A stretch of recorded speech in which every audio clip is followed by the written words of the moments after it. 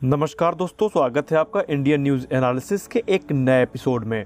दोस्तों, भारत में जब भी कोई जहाज़ बननी होती है तो उसके लिए सिर्फ दो ही लोग जिम्मेदार होते हैं। पहला HAL, दूसरा DRDO, और कहीं ना कहीं इस पे ADA भी शामिल होता है। कहने का मतलब ये है कि अगर भारत में कोई जहाज़ बननी होती है तो हम सिर्फ इन्हीं तीन लोगों के भरोसे में बैठे रहते हैं। और इसी को लेकर के काफ़ी लंबे समय से ये प्रश्न पूछा जा रहा था इंटरनेट पे कि आखिरकार क्यों भारत सरकार प्राइवेट फर्म्स को जो फाइटर एयरक्राफ्ट्स हैं वो बनाने की परमिशन नहीं देती।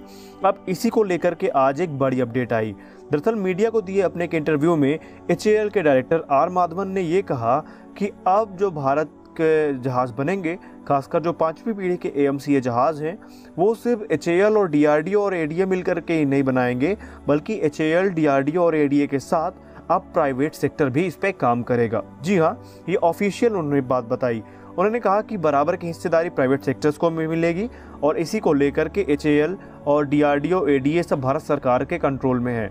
और भारत सरकार ने भी इस चीज़ का जो निर्देश है वो बहुत पहले ही दे दिया था। अब इससे फ़ायदा क्या होगा?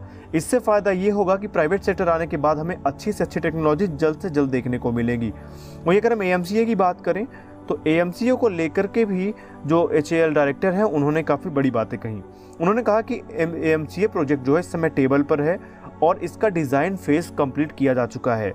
और HAL का जो टारगेट है वो ये है कि 2026-27 तक इसकी प्रोटोटाइप की पहली फ्लाइट को आयोजित किया जाए। लेकिन रुकिए, यहाँ पे AMCA की बात हुई है अगर, तो यही लगातार हम तेजस मार्क 2 और twin engine deck based fighter जो नेवी के लिए बनाया जा रहा है उसकी बात कर ही लेते हैं। अगर आप अभी ये सोच रहे हैं कि पहले AMCA उड़ान भरेगा तो शायद आप इस समय गलत हैं, क्योंकि यहाँ पे R माधवन ने कुछ ऐसी बातें कही जो काफ़ी आश्चर्यजनक है। उन्होंने कहा कि AMCA से पहले हमें इस बात पर ध्यान देना होगा कि AMCA के प्रोडक्शन में आने से पहले सबसे पहले बनेगा तेजस मार्क 2। जी हाँ, जिसको कि हम तेजस मीडियम वेट फाइटर भी कह सकते हैं। और उसके बनने के बाद twin engine deck based fighter बनेगा। अगर आप ये सोच रहे हैं कि इनमें काफ़ी लंबा गैप है तो जी नहीं, ये सारे काम जो होंगे वो 6 से 7 सालों के अंदर होंगे।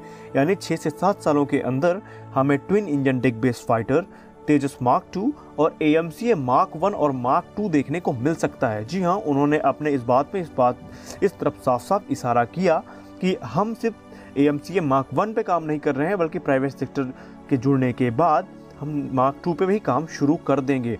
और ये बात उस समय की जा रही है जब भारत और चीन के बीच जो तनाव है वो चरम पर है और हर कोई भारतीय वायुसेना की गिरती जो स्ट्रेंथ है उसको लेकर के सवाल पूछ रहा है।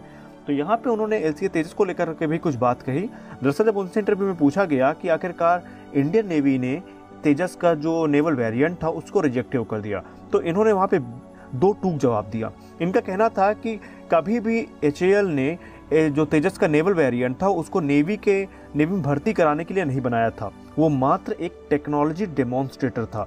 यानी टेक्नोलॉजी को जो है वो डेमोन्स्ट्रेट करने के लिए बनाया गया था, जो नेवी के लिए होगा और twin engine deck based fighter होगा, क्योंकि जो एक सिंगल इंजन का छोटा एयरक्राफ्ट है वो नेवी की ज़रूरतों को पूरा नहीं कर सकता।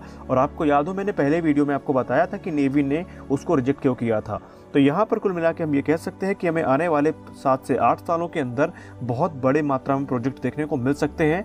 और एक बहुत बड़ी बात जो उन्होंने कहीं बताना भूल गया, उन्होंने कहा कि कुछ लोग ऐसा सोचते हैं कि एक ही एयरक्राफ्ट बनाया जाए जिसमें 5th जनरेशन की सारी खूबियाँ भी हो जाएं और वो एक 4th जनरेशन एयरक्राफ्ट का भी काम करे।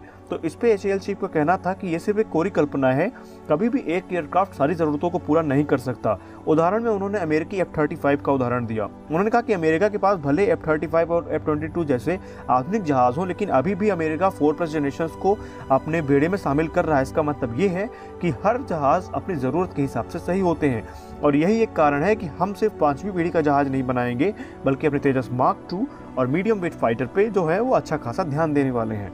तो फिलहाल की अपडेट में बस इतना ही। आपको कैसी लगी अपडेट कमेंट सेक्शन में ज़रूर बताएं और नए हैं तो चैनल को सब्सक्राइब ज़रूर करें। थैंक्स।